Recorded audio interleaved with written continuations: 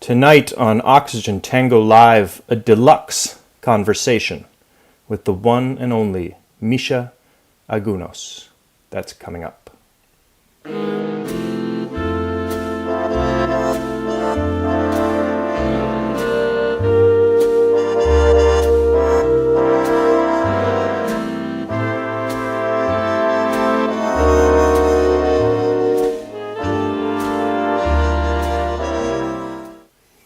Welcome back to Oxygen Tango Live, coming at you from a new, undisclosed location.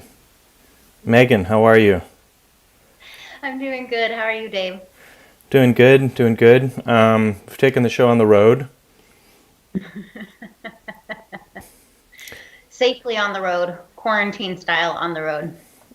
I don't want anybody getting any ideas. I don't know what those ideas might be, but you mean that we're being unsafe? Yeah, we're not on vacation. No, not We're anything but. For those that don't know, Megan and I actually live together, which always makes this section of banter at the beginning of the show a little strange because we're sort of, I don't know what. It seems like we're doing something that, as if we didn't live together, like I'm asking you how you are and you're going to fill me in or something, but it's sparkling pre-show banter, Dave. What are we supposed to do? So this is a good time to mention we are streaming on Facebook and YouTube. If you want to get into the chat, we really recommend YouTube for that. If the stream should die, it'll usually come back in just a few moments. Very occasionally, you'll have to go and find it again at its original source. Very excited about tonight's guest. Megan, do you want to tell us a little bit about how this guest came to be? Yeah, I'm really excited too. I've been trying to get Misha on the show for a while now. She's a busy lady, so we're very lucky that we have time to talk with her tonight. Misha went through the Tango Challenge at Oxygen Tango and also was a front desk bear. And I just feel like every time I get to be in conversation with Misha, I walk away feeling full and whole and with a bunch of like amazing new ideas about dance and everything else on the face of the planet. So very excited for tonight's interview.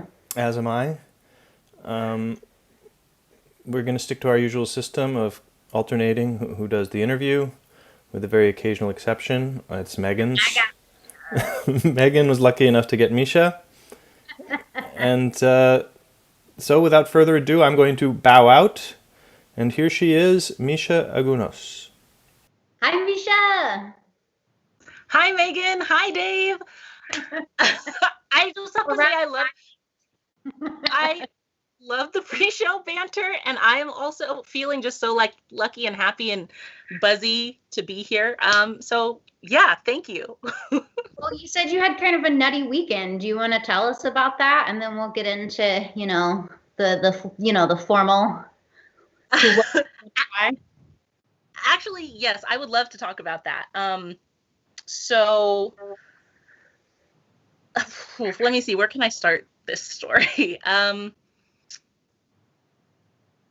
So I have been kind of like doing kind of like my own embodiment practices, movement practices, dance practices, and teaching those different practices. As sure as it's probably mentioned somewhere in the bio that I teach pole dance as well. So it came out of kind of like having worked for one place and wanting to do more, wanting to kind of learn how to facilitate embodied movement in a way that was just like a little bit more trauma informed, and in a way that was just like a little bit more integrated with all the things that we can feel as like human beings in any given day or week or month. And so I completed this teacher training program through this thing called the Emotional Institute. And they have kind of like, they do all sorts of really awesome things around embodiment, and their kind of like physical arm of like what they teach is called FEM. So it's just FEMME with an exclamation mark. And it's not exclusive to femme identifying people, but that's just the name of what it's called. And essentially it's kind of like this, it's like this 90-minute movement experience where essentially you are kind of like, you come in, you're grounding, and then you get taken on this emotional tour. So it's kind of like you are guided through, trying on different emotions in your body. There's a few, like, they go through 5 or 6, and then you kind of come together at the end to like celebrate each other's movement, celebrate each other's unique ways of expressing. And then you close with like a meditation and then like digesting. And so it kind of integrates kind of somatic experiencing and emotions in a way that is led. And so instead of it kind of just being like, oh, let's poke around and see like what emotions this person has on the surface of whatever's going on with them today or this month, it's very much like, we're not going to dwell in any singular place. This is kind of like a way to kind of flex your different emotional expression muscles. So they go through joy, they go through grief, they go through anger, rage, desire, confidence, like just a range of emotions. And at the end, it's kind of like we're going to kind of reground and, thank ourselves essentially for giving that to our bodies, to our emotional bodies. And yeah, like, so it's really, really cool. I've been taking classes with them for a while since the pandemic started. And so I was really inspired to kind of integrate that into other, like, just all the other different movement modalities I currently have in my toolbox. And so that was like a 3-day training. It started at like 7 a.m. each morning, Friday, Saturday, Sunday. Yeah, because it was East Coast. So they were like, it was like 10 a.m. on the East Coast, very like chill and lots of time for the morning. But on the West Coast, it was 7 a.m. But yeah, it was incredibly supportive and encouraging. I think I'm sure there's other teachers out there who resonate with this, but it felt like of all the years that I've kind of been like in teaching spaces, this was the first time that I really felt that I could step into a teacher role confidently without feeling like some sort of obligation or intense attachment to my student role. This kind of like, oh, I need to know more before I'm like qualified or deserving to lead people. And this training of all the different trainings I've done was incredibly supportive. And I feel like that was like my main breakthrough from the weekend, if you will, was really being able to step into like that teaching role and kind of feel both confident and joyful in that. So that was my weekend. Immediately makes me think, there's all of this sort of like guff and status around people teaching tango, particularly, that you have to, be in it a certain number of years, and who's a real teacher and who's not. And there's a lot of sort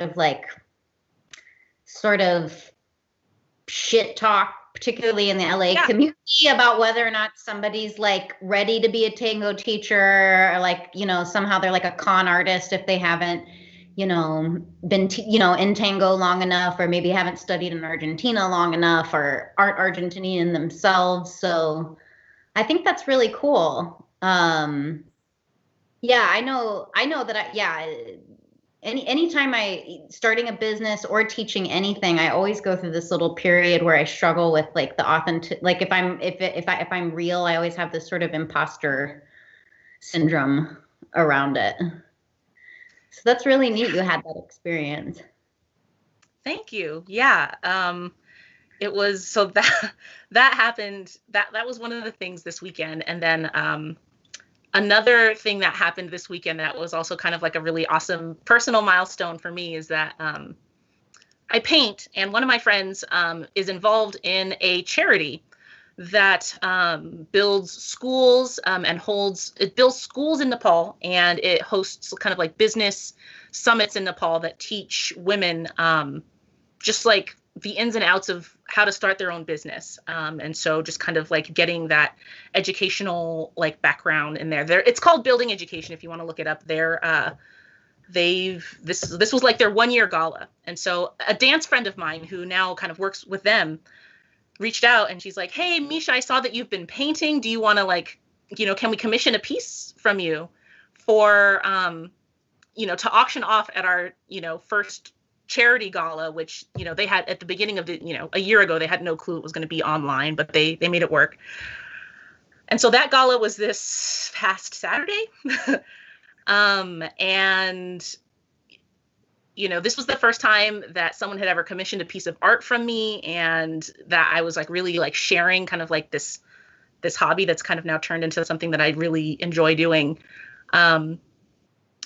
But it was just wildly popular at this auction, and like, you know, it was just really exciting to see that like people were like, oh my gosh, I want this painting, and like I sold for like 50% more than what I had originally priced it at, which was just like personally like so affirming and encouraging, you know, to be like, oh, okay, cool. I'm not just like throwing some paint on a canvas and being like, cool, like, do you like it? You know? So that was kind of in the midst of this other this teacher training that I was doing. So that was also like just another big, like, yummy win for this weekend. Like, okay, so we've already gotten we've covered lately a lot of things that I want to get into really in depth. So before we get in depth on embodiment, somatic experiencing, and then how you make your artwork, and the intention in that, which I also find really fascinating. Can you situate us a little bit? Just, like, most of the people that watch this show are tango dancers. Just situate yourself, like, your relationship to tango, you know, maybe where you're living now and just your tango history, and then get back into it. Yes, no, that makes sense. So I'm currently in Los Angeles. I actually have been in Los Angeles for a little over 10 years now, and I started dancing. I actually started dancing salsa and tango at the same time. And that was right when I came to Los Angeles for college in like 2014. No. Yeah, no, it was 2010. I graduated in 2014. It feels like a long time. Yeah. But, you know, I had grown, you know, I'd grown up watching my mom dance a lot. You know, she was a professional belly dance performer and teacher. She also was on like a salsa tango fusion team back when I was in high school. And so I'd be at rehearsals sometimes and be like, oh my gosh, this looks so cool. And she looks like she's having so much fun. Like I was just really inspired from a young age to be like, I want to do that. And so when I got to college, you know, there's all sorts of groups on campus. I went to UCLA, and I did my 4 years there, and just got really involved in just like the salsa and tango scene. And I can't say whether or not this is kind of like a traditional way of like people getting into tango or not, but I just remember not going to a whole lot of classes and just being invited to a bunch of milongas and practicas. And so they were just like, just come. And, you know, they have like, you know, some basics at the beginning and then you just dance. And so I want to say like the first year of tango that I didn't have like a regular practice of going to lessons, or like I just didn't have a regular availability of lessons. It was always like, okay, cool. Like there's a practica or milonga happening and they're going to do like a lesson, but then it's pretty much just going to be people dancing with each other. And so I was really, really into that for like the first like year or so. And then as I got more into salsa, like my tango practice, like, you know, kind of tapered out. And then was that at Oxygen or a different place? It wasn't at Oxygen, but actually it's funny that you mentioned that, because Oxygen, I was like, I heard about Oxygen kind of around the time that I got there, and I subscribed to the list, but I had never actually gone to an event until years after I had graduated.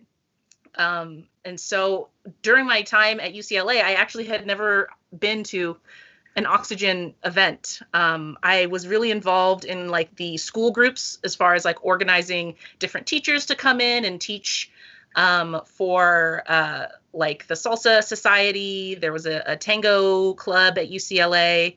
And bringing in kind of like live bands, ideally once a quarter or whenever we could make it work. Like just, I was inundated with dance in college. And then I got really into salsa and bachata, and I was on a performance team for a while. I was on a few different performance teams, and like after graduating and kind of staying on teams a couple of years while I was working, I just got burnt out. That's kind of like the simplest way to put it. And I want to say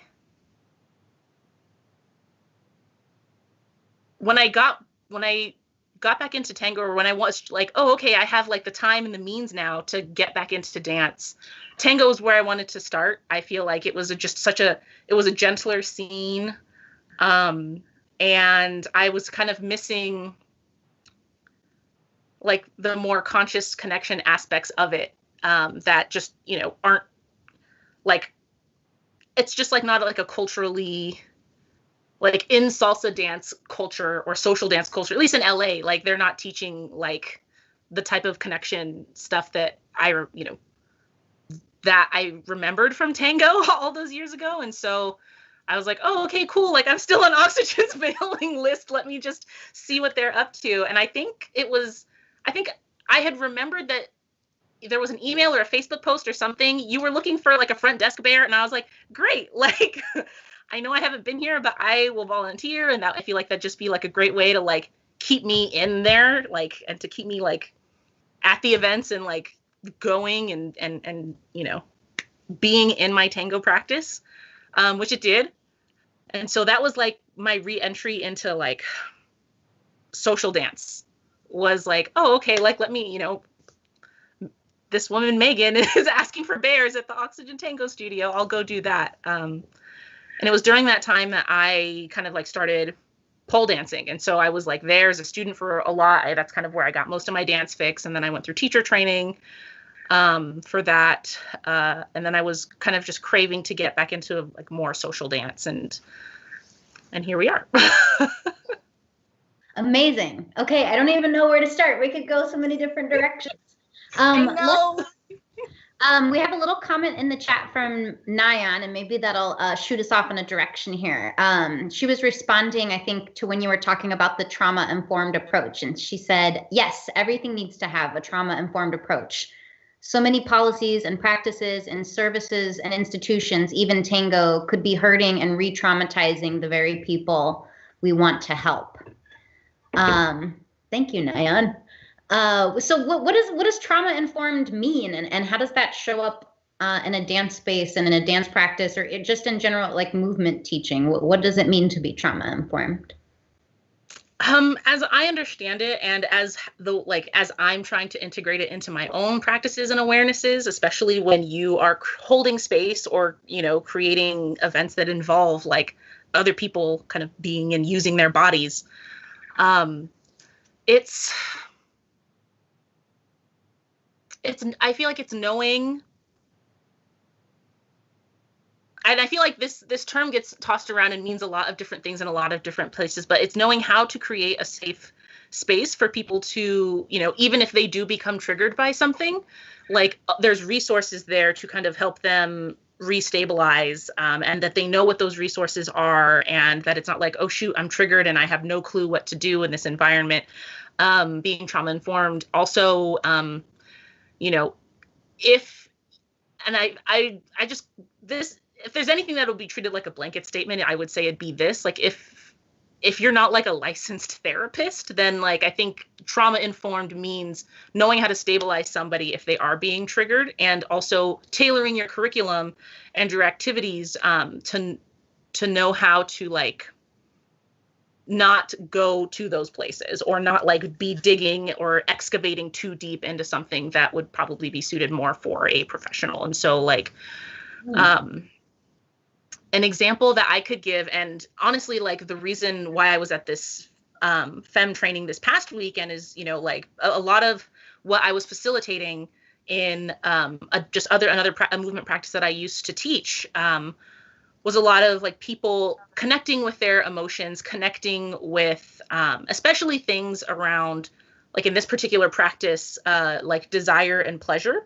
Like those are kind of things that people can have like lots of just traumatizing experiences around. And for me to facilitate a space to be like, okay, like let's explore those things, even if it's only with your body. If you're conjuring up imagery of like, what does this mean for you? Or when was the last time you felt this? Or like, it's not that anyone is out there going digging for trauma, but you can understand how, that can bring up both emotions and experiences, that just as a fitness teacher and, with just like fitness certification, I would not be equipped to handle, like I could have all the compassion in the world and still not be qualified to be like handling that person's experiences. Am I answering the question you asked? Yeah, and I have so many more. So what is it? So you said that like having a trauma-informed practice would look like having resources available if someone is triggered and like experiencing trauma. Like what would those resources look like? Like how does that practically show up in a class? Practically, that could be anything from like, it being part of your community guidelines to it being in like, the contracts that people sign or like the waivers, like, oh, and by the way, like, I know this waiver is like taking care of us as a business, but also these are the resources we have if you feel like you're experiencing any types of things. It could look like having someone on standby just to kind of be an ear, to kind of be like, if that does happen for anyone. And it could look like anything, it could even look like just having a professional there. It just kind of depends on the scope of what you're going to be doing and how like trauma adjacent any of your stuff's going to be, Mm-hmm. And at the same time, like people have all sorts of traumatic experiences around all sorts of everyday things. It's not like there's, I'm sure there's resources out there that can kind of tell you like, here are some guidelines for how to create a trauma-informed space. But and actually like another certification I'm getting like in the middle of next year is through a company called Lumos Transforms, and they have this thing called the Resilience Toolkit. And so that's kind of they're a really, really great like organization. They it's founded by a woman of color, which is just awesome because like she's able to bring that into this resilience toolkit that her and her foundation have formulated. But like this is just one example, but like they created the resilience toolkit to kind of have like exactly that, like a toolkit of bodily and somatic practices that anyone can do anywhere. It's not necessarily movement based or music or dance based. It's like different things you can do to yourself or for yourself to, one, be able to better recognize if you are in a triggered state or having a trauma response to something.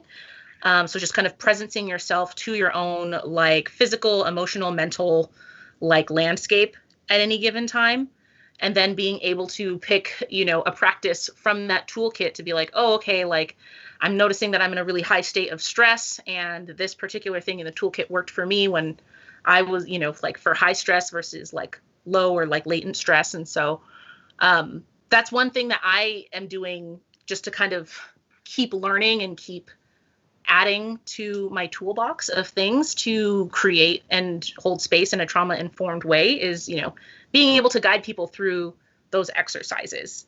And being able to do that in a safe way and being able to do it in a way where both parties understand like, okay, like I'm not playing your therapist right now. We're not going to go into whatever experience you're being triggered by, but I am here to help you physiologically, mentally, emotionally stabilize so that you can, leave feeling, okay and empowered to speak to someone who does that for a living, who has those certifications, who is trained to handle these things.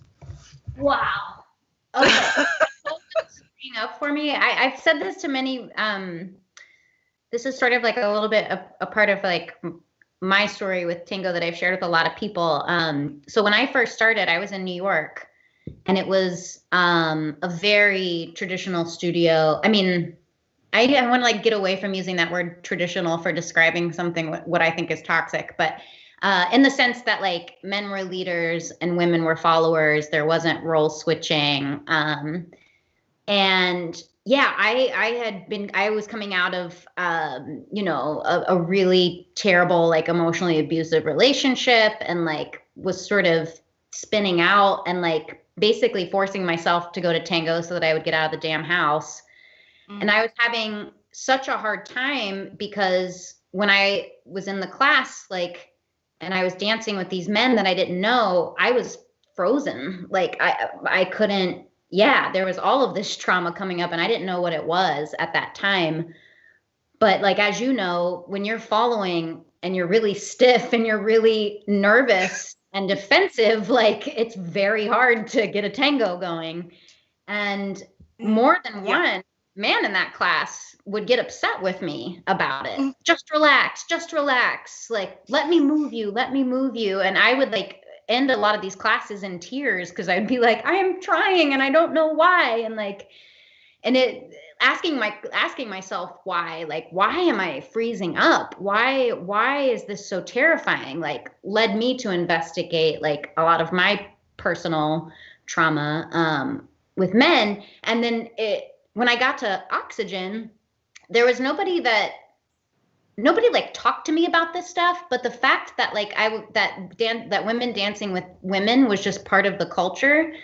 I didn't really experience what it meant to dance a tango until I remember it so clearly. I danced with Noriko like very early on in my classes, and it was the first time that I was just able to relax, and like I just remember being filled up with this like feeling very loved and like loving her, and then I was like, wow, like this is tango, like it's happening. And it was dancing with like Noriko and Alejandra early on that let me kind of build up. And then it was also having repeated like safe, non-harassing experiences with men at Oxygen Tango that slowly let me build up like my kind of internal, I worked a lot of that shit out and got to the point where it didn't cause my body to like freeze to be touched by a dude that I didn't know. And like also, but yeah, so but there was nobody like talked to me about that stuff, but it was like implicit in the like, because the culture was a place where women could dance with women, like I was able to like kind of work that stuff out for myself. And that's just that's what I was thinking of when you were talking. And it was a really beautiful thing for me and helped me like really help me work through a lot of like non-tango shit, honestly. Oh man, like this, like I used to work for a place where, people would like love coming in. It was another movement studio. They would love coming in and they would be like, students would say this and they'd be like, oh my gosh, like I've like canceled my gym membership and stopped seeing my therapist because dance has been like, such therapy. And I just really want to say right now that I don't like, it's never going to be a replacement for therapy. And part of the reason why I'm going and getting trauma informed is because I don't plan on going and getting my master's or my doctorate and becoming a psychologist. And so if I'm like, okay, like if I'm not going to be able to handle that, I at least want to be able to know how to like inform that, like to teach and hold space in a trauma informed way. Cause like it, I feel like it opens this other whole thing where, not to say that this was your story, but I personally known that I've done this for myself where it's like, therapy sounds scary. It's stigmatized, like I don't, what does it mean about myself if I'm going to therapy? So I'm just going to work it out somewhere else, and what I love about like trauma-informed movement, trauma-informed embodiment practices is that it's such a nice supplement to therapy. Therapy, I feel like, there's all sorts of therapy, including movement therapy, but I feel like, standard, like people's idea of therapy is a lot of talk, which is helpful, and they're, like nothing's ever just happening like to you mentally. That's always showing up somewhere in your body, and you can absolutely understand like a mechanism of why you feel a certain way in specific situations, but it's hard to kind of just take that mental understanding and be like, oh, okay, now I have no physiological responses in similar situations, like you can be aware of it and it could still be something that, your body has to work through it differently. And in like just how you were saying in your story, which was so beautiful, like repeated situations where you were safe in the original kind of like environment or experience that wasn't safe. Like that's what it took. Yeah. And not that people should ever be pushing themselves to be like, okay, I'm just going to get through it by like jumping into like these situations. But it sounded like you had a lot of patience with yourself and approached it in like a grounded way to, like you were saying, it's not like you're trying to substitute tango for therapy, but that happened anyway, and to me, like, I think that's part of why I'm so passionate about like just embodiment in general, because there are so many ways in which we kind of neglect the ways in which our bodies need to work through things. I think the story that comes to mind when I think about embodiment is and can you say really quickly just like what embodiment is for the studio audience that might not know? Yeah, absolutely. So it can be a lot of things. I think embodiment for me is like just presencing, your physical, emotional, like your physical and emotional sensations, allowing yourself to kind of like to be present with those, as opposed to only being present to what your mental thoughts are. I think to kind of like give a visualization, it's like sometimes we're only really experiencing from like the neck up, where it's like I am only interfacing with my thoughts right now. I'm not interfacing with like sensation in there who's running the controls. Like I'm not else, like myself is just inside my head. It's not. Yeah. And I mean, that can show up in a multitude of ways. A lot of the times it shows up with people's like ears kind of creeping, or sorry, their shoulders creeping up to their ears. It can show up in like, being hunched over. It can show up in just having shallow breaths without even thinking about it, and so for me, embodiment is just presencing to those physical and emotional sensations. Like that's kind of like a really broad way to think about it. And the example that I think of whenever I'm like, oh, this is why I'm really passionate about embodiment is, there was a day that I was hanging out with one of my friends. I had the day off. It was like a very like movie poster California day. And we were like driving somewhere in, I want to say East Hollywood. We were coming back from like the beach and having had just like a bunch of yummy food and like some ice cream, like just a really fantastic day. And the kind of day where like, oh, and I don't have stuff to do tomorrow either. So just like the kind of day where you can really like enjoy like your activities and enjoy your enjoyment without it being like put upon by your next day obligation. So it was like that kind of like, oh, what a good day. And so, I also struggle a lot with anxiety. And so this, I was having this fantastic day. I was feeling really great. And all of a sudden, like I am feeling really, really anxious, and we're just in her car driving on the way home. It's not like I feel, at least like mentally, I can't think of any reasons why I would feel threatened or nervous. It was a rare day where I didn't have anything to do tomorrow. And this was something that would come up a lot for me, whereas like I am nervous and I feel mentally nervous. I feel physically nervous and I don't know why. And the only way I know how to deal with it is to just keep it mentally at bay and to ignore what I'm feeling physically, because I don't know what happens on the other side of that. I don't like, and I don't feel safe enough in like this space to kind of be like, what is on the other side of this nervousness? So I'm like, okay, well, this particular day I was just very like fed up, and I was like, you know what, like, and that's exactly what I said to myself. I was like, I feel like I'm going to burst into tears right now. And this was all internal. My friend is like driving and I'm just having this entire internal experience with like the windows down and the sun shining and the wind blowing. And I'm nervous and I'm tense and I feel like I'm about to cry. And it's one of those things where I was so fed up. I was like, why can't I just enjoy this? Like, and it was frustrating because I couldn't explain why I felt so nervous, even to myself. And, from this place of just being fed up, I was like, you know what? I already know what it's like to be holding at bay these emotions, this experience, like I'm just going to let myself feel it and see what happens, and whatever happens. And on the other side of that, like, it was physically, it felt like if there was like a cello string running down the axis of my body, it just felt like someone was like twanging it.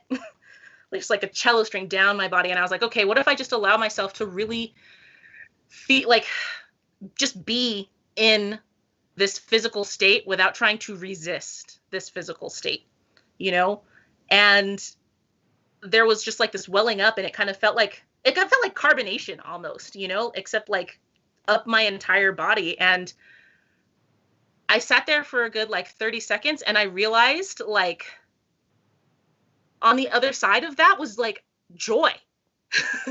Whoa. Like so much joy. And it was so weird because I was like, why was I so anxious?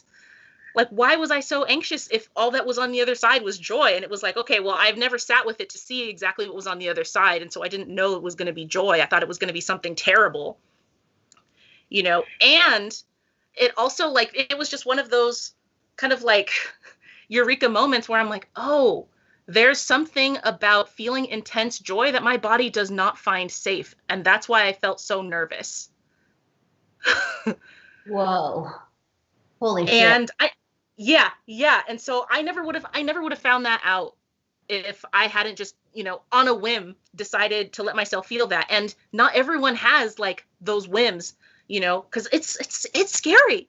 It's freaking scary. And it's, people can't be expected to do that of themselves. And honestly, this is exactly what therapy is for. Yeah. For someone else to kind of ask you the questions and provide a safe space for you to kind of react with your mind, with your body, with your emotions, and not feel like there's going to be some sort of impending thing on the other side, Yeah, and so a lot of ways like you're dying. I know for me that like experience of anxiety, if I really think about it, I'm afraid that I'm dying or gonna die, or it feels like I don't know how else to describe it except for, and that's why you have to sort of like try to push it away and control it, right? There's like a survival instinct there. Yeah. And so I think, for me, and I mean, the kicker in all this is that when I was at UCLA, I got my bachelor's degree in psychology. And so no matter how much I could understand the mechanics of like, oh, okay, like these are the things that normally cause anxiety, and here's the physical neurochemical, like, mechanisms causing your anxiety, like there wasn't that presence to the physical and emotional side of it. There wasn't that kind of connection to, what my body was experiencing and how it was attached to other things, and so like all of that is to say, like, it's a huge reason why I, one, want to be creating these types of safe spaces for people to have, like, not necessarily that specific somatic experience, but for people to feel comfortable normalizing, exploring that for themselves in their own bodies in a safe way. For it to be normalized for people to kind of like flex their like emotional muscles, so to speak, or, to have practice safely exploring their physical and emotional like sensation landscapes, so to speak. And if I'm going to be facilitating that for people, and I'm not going to have like some sort of, doctorate in, counseling or psychiatry or, like a psychologist or therapy or whatever, I at least want to be able to, one, like recognize if someone is needing help, and two, be able to like bring them to a place of like just back to a baseline state for them to be able to help get that help for themselves. I mean, honestly, like ideally, it's not something that's like happening every single class. Like someone is having some like major breakdown and I'm concerned, because that for me, I feel like would indicate that I am doing something wrong or pressing people to dig too deeply or touching on things that I shouldn't be touching on. But it's more just to know that like I'm doing right by the spaces that I'm holding for people. So do you think, so can you create such a space when the goal of that space isn't specifically that? Does that make sense? Like, can you have, like, for instance, a trauma-informed salsa class, a trauma-informed tango class? Like, can people walk into the space where, like, the primary goal is to learn tango, and it's not necessarily to explore, like, specifically to explore embodiment or to have a safe space for embodiment? Like, is that possible, or does it kind of have to be, like, in the class description, or, like, does it have to, yeah, do you understand? Does that make sense? Yeah, no, that definitely makes sense. I think for, like, because it's not like salsa classes and tango classes are doing these, like, emotional deep dives and these kind of, like, deep, like thorough presencing to what you're feeling physically and emotionally in this particular moment, because that's not the case. I think the trauma-informed aspect would come from the people who are creating the space. So it's not necessarily like, oh, okay, we're going to tell everyone that's taking the class to be aware of these specific things, like in your partners or when you're dancing with people. It's going to be more like, okay, team who's creating this space or event, like, what resources are we having, for people who, get triggered in the process of, like, social dance, because it's like, even just the act of, even like you were mentioning in your story, just like, for instance, like, just women having physical contact with men that they don't know, even if it's in, like, a quote unquote, like, supervised setting, that doesn't necessarily mean that everyone is going to feel safe. And so I think for something to be trauma informed and it not necessarily be a place where you're teaching other people how to be trauma informed, it would be part of, the infrastructure that you're building into your event. So, are your instructors trauma informed? And if they aren't, like, is there somebody there who is, like, and are there guidelines or something that is very clear that, student, like, just presencing the fact that, like, hey, like, we know that these things exist in the culture sometimes, and if you are ever feeling this way, here's who you can talk to, or here's the front desk, or, like, Yeah. what have you. I mean, I think, yeah, I mean, Lord, no, yeah. I was leaving the classes crying every time, and nobody ever checked in with me about that. You know what I mean? And I think about, I mean, that's what I've always loved about tango, and why I'll never get enough of seeing people dance with each other and watching tango classes, because I'm watching people, like, often I think experience embodiment for the first time. Like, they're feeling their bodies, like, touching another body, moving through space, like, and there's this, like, particular kind of smile that happens that, like, Yeah. just always reminds me, like, why it's important to have social dance spaces, and I think specifically tango spaces.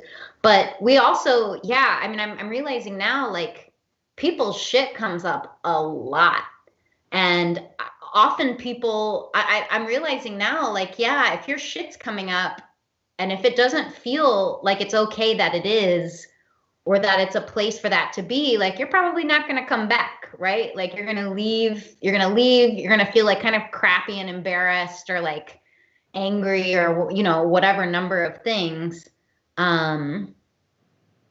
Why? So it seems like, yeah, you were talking about how, like, the difference for you between, like, the tango and salsa is that tango is this, like, softer, gentler, connection based form. Am I rephrasing that correctly?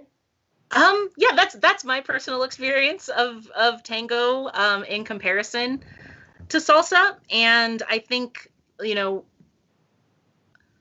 what I was looking for when I was really attracted to salsa was just, like, freedom of, like, expression, and being able to kind of try on, like, oh, like, what does it look like and feel like for me to be, like, super confident, like, in my body and in my movement, and what does it look and feel like to kind of, like, try on, like, fiery and like passionate, like on my body in interaction with other people, and connecting in that way. And so I think it's not that there's no connection in salsa. I would just say the nature of the connection is different. And I think, when I was coming back into social dance, I was like, like, and I feel like just any, and even with salsa and later in pole dancing, what I was getting from that is being able to, like, just to try on sensuality,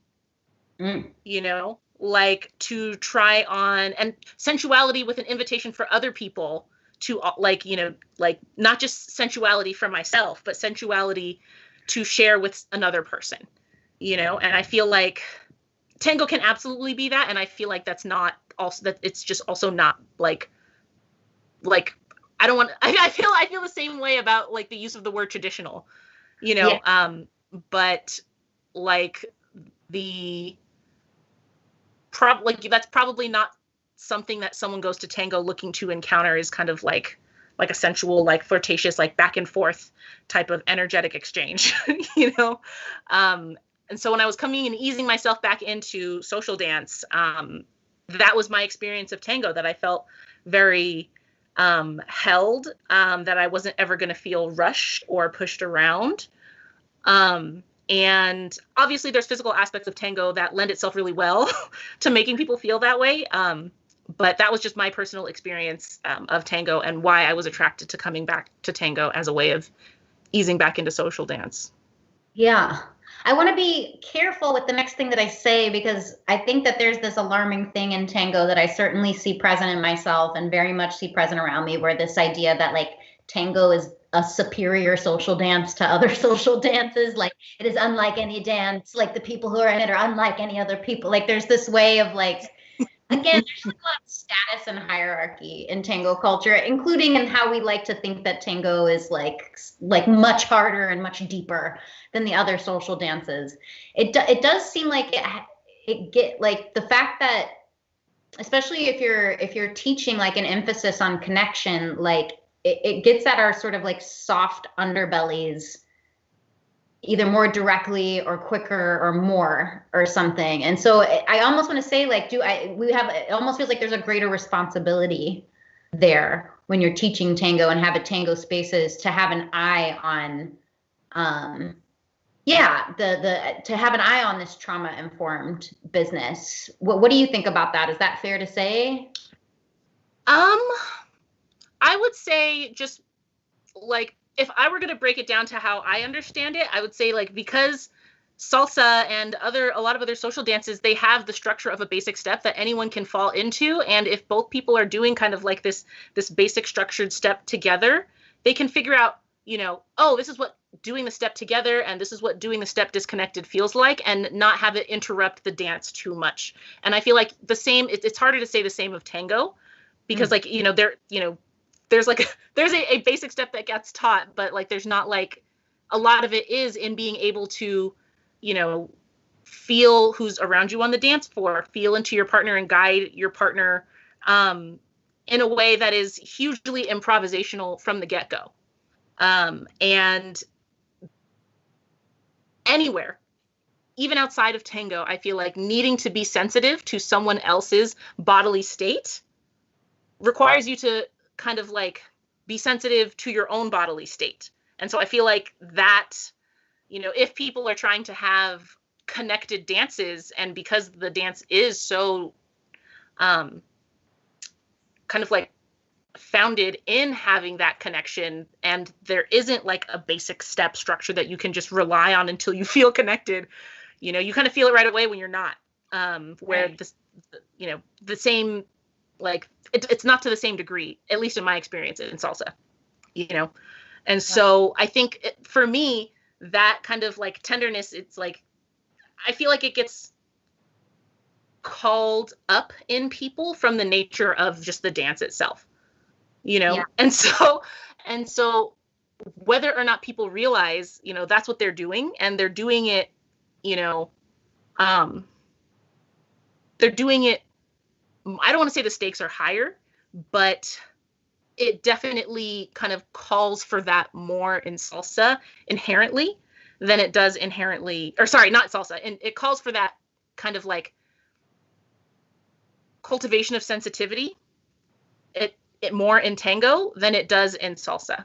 And I noticed that when in like I felt really, looking back on it, I felt really like stoked and excited and fortunate that I was learning tango and salsa at the same time when I first started learning, because like that connection, I was like, oh, okay, like I can feel right away whether or not I am connected with this person through like, this tango practice. And then it was so much easier to feel in like other dances, to like be able to recognize when I was disconnected. And so I think going back to like the sensitivity issue part, like, aspect of it, I do think it, I guess what I'll say is this is like, have there been like tango events and classes and things that have run for years that weren't necessarily intentionally trying to be tango informed? Yes. And I think that tango in and of itself, like would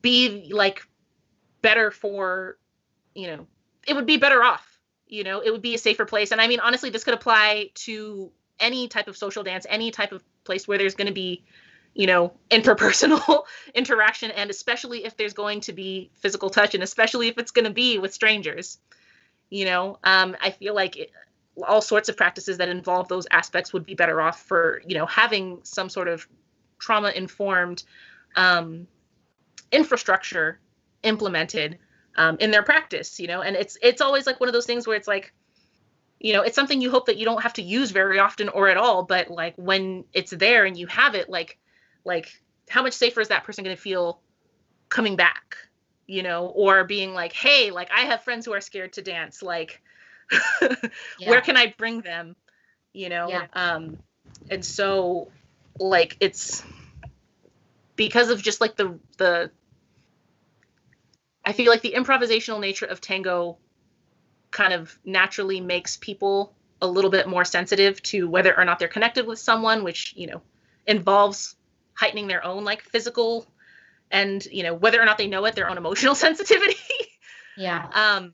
And, anytime that is getting called up more, I guess the degree to which it's getting called up more, like it's always that's the degree to which it's going to benefit more from trauma-informed infrastructure. Does that make sense? Yes. Yeah. As always, you were like blowing my goddamn mind, and I'm like rethinking how I think about like the tango space that I want to create. And I'm so grateful to you for that. And we only have 5 minutes left, and I can't fucking believe it. I would love to spend it. Okay, so I'm going to give you a couple topics, and I want you to pick. So I would love to know a little bit more about your painting process. I know you're really into plants, and so I would love to talk about that. I've seen things on your Instagram with crystals, which I like don't know anything about, and I'm really fascinated about. So which of those 3 things pops out of you? So I'm going to talk about painting, and I'm going to talk about painting because it touches on the way I use crystals and the way I use plants. So painting, I've been doing a lot of like fluid art, and they call it fluid art because it's not like you have a subject and you're trying to like put, your interpretation of that subject on, a canvas, a sheet, what have you. To put it really simply, you're kind of just like putting a bunch of paint on a canvas and then moving it around in a bunch of different ways and kind of seeing what comes up. And so like there are times where I'll fill a cup with paint, flip it on the canvas, and see what, like patterns naturally come up. And the inspiration for me from this was like, I am someone who is just like it's easy for me to fall into perfectionism and kind of getting caught up in too many details and kind of like trying to make everything just right. And so with this particular, with this particular way of painting, there's no outcome to be attached to. And I get to be surprised by what it looks like at the end. You know, it's not like, oh, I know what it's going to look like, and let me just compare, you know, one to the other. Yeah, it's super fun. And so, especially if you've been on my Instagram, I feel like you've seen, but I'm into like all sorts of like witchy things. There's all sorts of like, you know, meditation and casting intentions or spells and like what have you. And so like with this kind of like with this just way of creating like paintings. Actually, I have one that I just finished. I'm going to show it just so that you can kind of see. Yes, please. So this is one of a 3-part canvas, but I don't know how well you can really see it, but it's just for the auction, right? Yeah. So this is the one that got auctioned. It's about to be sent off. Hold it a little closer to your camera because it's blurring. Yeah, now move back slowly and I think we'll get it. It's a little, oh yeah. Yeah, it's going in and out of focus, but I think we're getting the little bits and pieces of it there. Okay, yeah. And so like I was really inspired because like a galaxy. Yeah, so it's one of those things that I was really inspired by because it just reminds me to have fun with creating. And it's incredibly meditative for me. You know, I get to explore and be curious without any strings attached to an end result, a product. You know, and so what I was, you know, I was really inspired by the way, like, you know, these patterns occur in nature. Like if you were to like zoom out, like you see all these different swirling patterns, like of the atmosphere and of coastlines and meeting oceans and everything. I feel like it was like a really similar thing where like you just kind of put something on a canvas and watch how it flows and see what comes up. And it was really connected to me, like to kind of being grounded. And so what I've been doing, I haven't officially like launched or announced it yet, but I was like, I've started just keeping all of my artwork in one page on Instagram. And what I've been wanting to do is to kind of like co-create with other people, like, you know, commissions, you know, so it's like meeting with someone and being like, hey, like, what are you looking for your space? Like, you know, and then just what they're looking for, what they're, you know, what the intent is for, like, you know, it's going to be different for their living room versus their office versus their workout space, whatever. And kind of like imbuing it and charging it with things that support the energy of that space. I think, like, I was just talking to somebody about it this weekend, and I think the best way that I could really describe it is like, you know, creating these paintings is like a portal. And the portal kind of takes in energy that isn't aligned with whatever your intention is for the space and kind of recycles it and then puts it back out into the space as energy that is aligned with your intent for the space. So it's like, for instance, if you wanted something in your bedroom that kind of made it feel cozy and luxurious, like creating a piece with colors and textures, and then you know, putting different flower like essences in there and charging it with different stones, like that all represent, you know, like cozy, luxurious, like soft energy. Cool. So that's what they experience. Charging it with stones. What does that mean? So charging, it's a really, really fancy way for kind of like putting a stone next to your thing with the intention for it to like take on the energetic properties of that stone. Neat. And so, like, for instance, like amethyst is a really popular stone. It's really great for like intuition and also sobriety. Like it's kind of like a touchstone for if people are like, I'm wanting to embody these things today. Obviously a lot of it is based in like symbolism. And so really like you could really kind of do that with anything.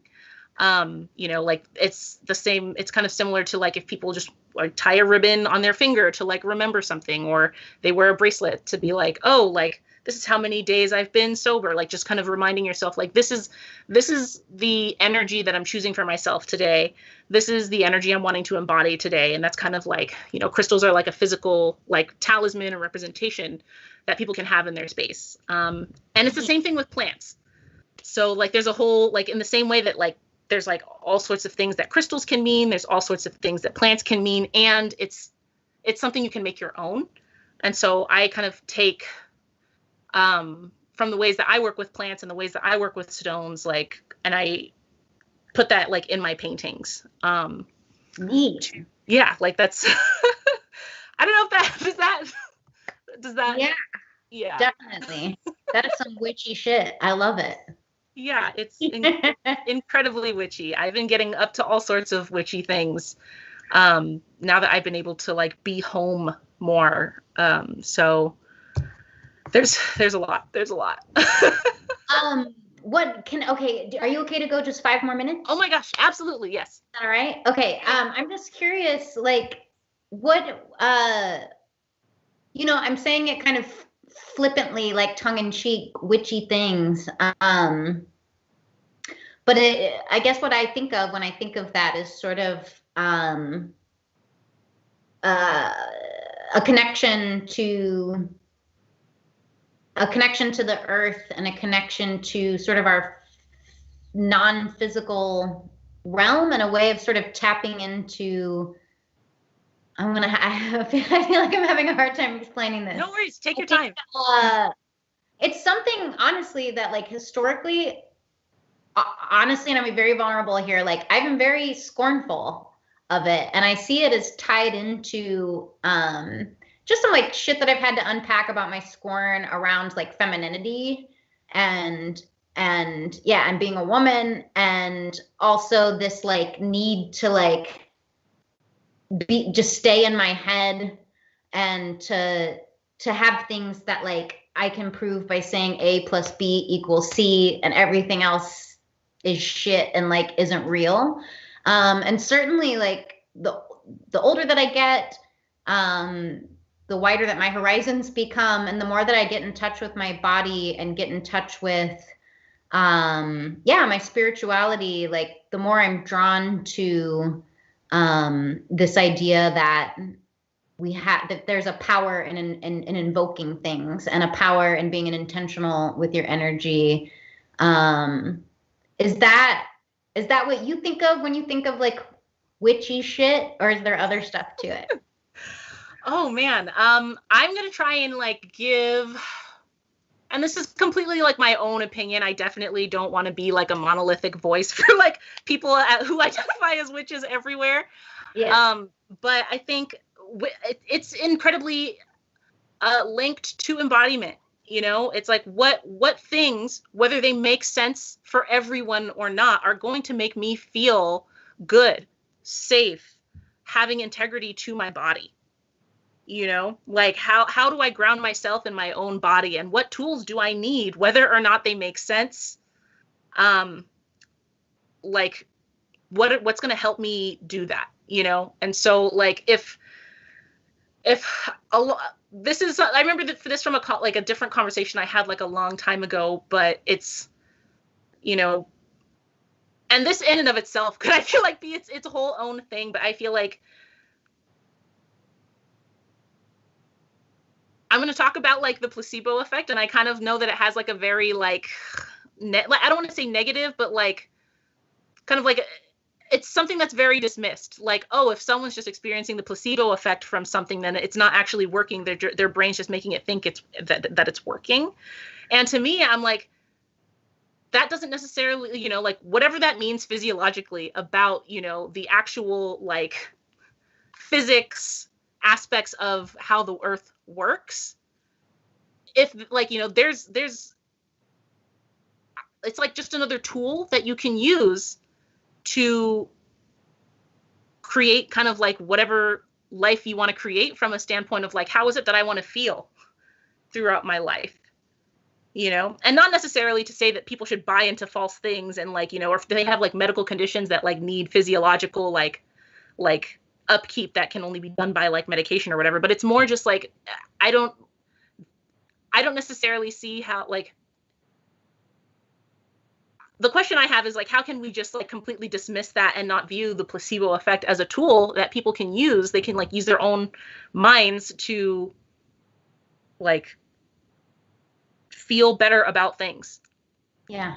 You know? And I definitely don't want to condone people like falsely feeling better, and like by falsely meaning like believing like things that might be harmful to other people. But like, it's one thing,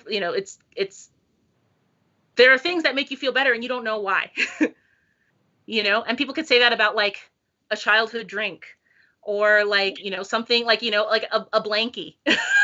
Yeah. They're just things that make you feel better, and like that wouldn't make sense for other people. And I feel like that is something that, you know, is okay. I think that's like something, those differences can be celebrated, and at the same time not necessarily mean that everyone, that they have to apply to everyone. I think that everything is the perfect tool for something. And I think where people start to go wrong is if they start trying to like make one tool applicable for everything. Like, of all the tools that exist in the world, you wouldn't pick only a hammer to like go through, and and different people who have different life circumstances or different professions are going to use different complex, intricate sets of tools. And so I think for me, like you know I feel like witchiness can also be like spirituality. It can also be like, whatever sorts of practices that you have, or daily rituals that you have. And ritual doesn't even necessarily have to be like, like some sort of metaphysical component. It could be like, oh, okay, well, I'm brushing my teeth. I think of like 3 things that I'm grateful for, and that makes me feel better or grounded in the morning. I know that there was a time in my life where like my depression was so like bad that I just like it was really gross. I was like, I wasn't, and not to say that it's gross for other people experiencing this, but I like my dental hygiene was gone. There was like nothing, like, it was like very much like, maybe I'll do some mouth rinse before I go to work and hopefully nobody will notice. And it was just one of those things where I couldn't get myself up out of bed until the last possible second, where the threat of losing my job was heavier than how I felt. And so what I started doing was keeping all of like my toothbrush, my floss, all of that. I started keeping that like in my nightstand. And I would, if I was like, didn't feel like getting out of bed, I'd be like, okay, well, I can floss from bed, and I can brush my teeth from bed. And if I have toothpaste in my mouth, I'm eventually going to have to get up to spit it out. Like, but like, if you think about it, putting your toothpaste and your floss and all of this stuff in your nightstand, that is not the traditional place where you would put all of that stuff. And someone might even have questions for like, why would you do that?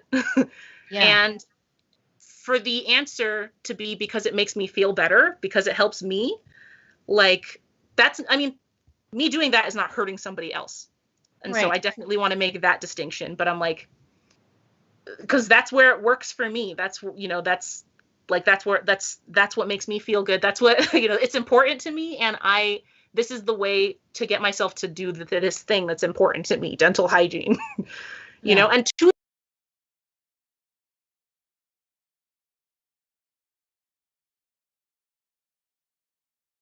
when I go to spit in the sink. I think it's genius.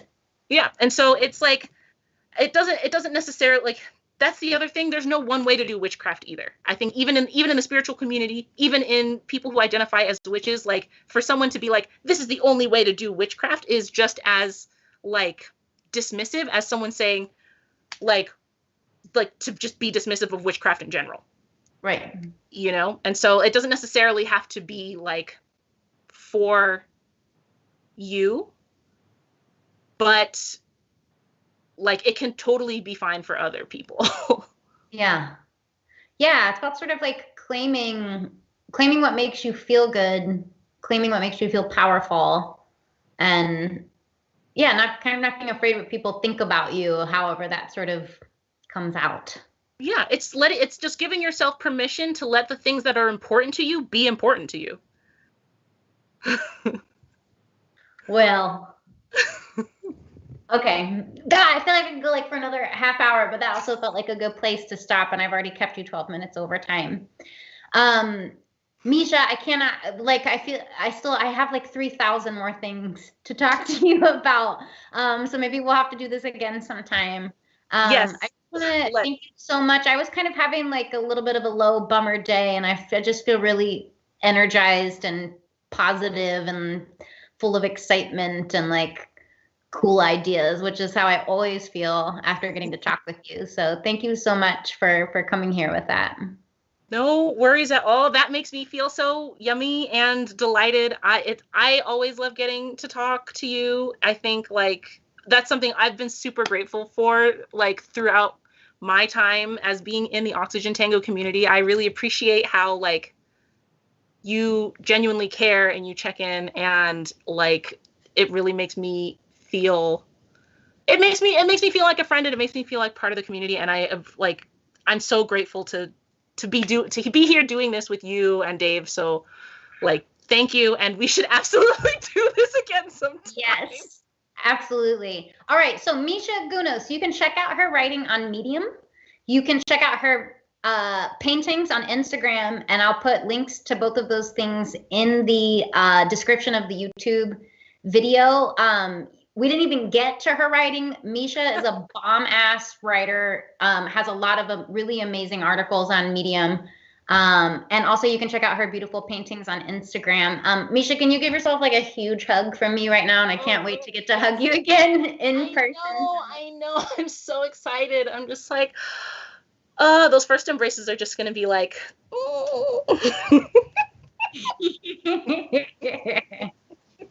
All right. Good night, woman. I hope your coming weekend is as full of like joy and accomplishment as your last weekend, and not as stressful and peaceful.